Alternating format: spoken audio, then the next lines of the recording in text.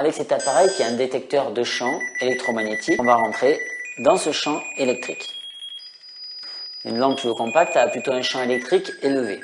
Dès qu'il y a électricité, on a un champ électrique. On va être irritable, on va avoir des maux de tête, on va avoir la vision qui baisse, des troubles auditifs, des maux de ventre, qui sont des symptômes liés au champ électromagnétique. Dans le cadre d'un assainissement d'une maison, on éloigne tous les endroits de stationnement des sources d'électricité. Par contre, on est bien obligé d'avoir une lampe de chevet pour se lever la nuit, donc on ne peut pas éliminer cette source d'électricité à côté de son lit. Souvent, les anciennes lampes, même les plus récentes, sont équipées d'interrupteurs unipolaires, donc ils ne coupent qu'un seul fil.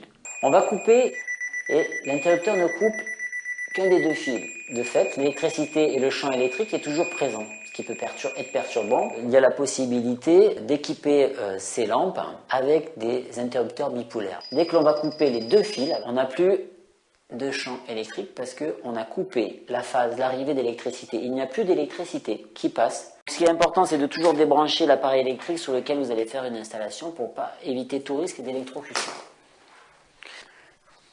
Vous enlevez votre interrupteur initial, soit il est équipé de vis et tout simplement vous dévissez votre interrupteur. Souvent il n'y a pas de vis, ce sont des pièces moulées.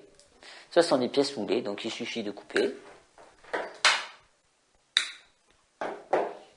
Ensuite, il vous faut séparer les deux fils en faisant très attention. J'utilise un cutter, mais ça peut se faire aussi avec une pince. Donc vous séparez les deux fils pour enlever la gaine. Donc vous avez en bleu le neutre et en marron ou en rouge ou en foncé, vous avez la phase.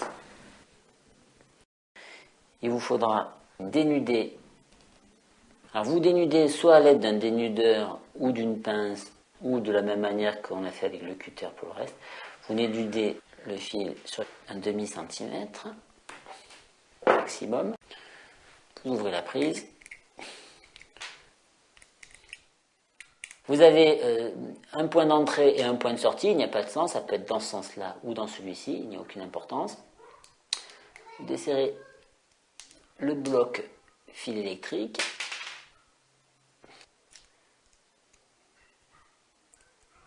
Alors je vais faire les branchements à l'intérieur de la prise. Ce qui serait important, c'est de respecter le sens de sortie, c'est-à-dire que le câble noir devrait être du même côté à la sortie, et le câble bleu également. Dès que vous avez installé, vous serrez fortement.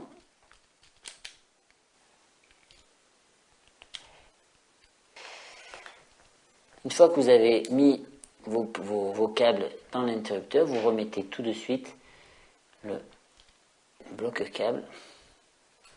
Ça évite si vous tirez trop fortement le fil électrique, que les fils sortent de leur espace.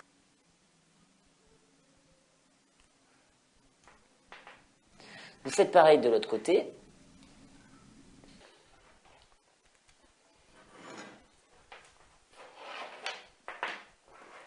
Donc, comme on le disait, ce qui est important, c'est de garder les couleurs des fils du même côté. En ouvrant, il ne faut évidemment pas couper les gaines protectrices, car vous risquez de créer des courts-circuits si les deux fils se touchent. Donc, vous mettez le fil bleu du même côté que le fil bleu d'arrivée et le fil noir, rouge ou foncé du même côté. C'est un principe électrique.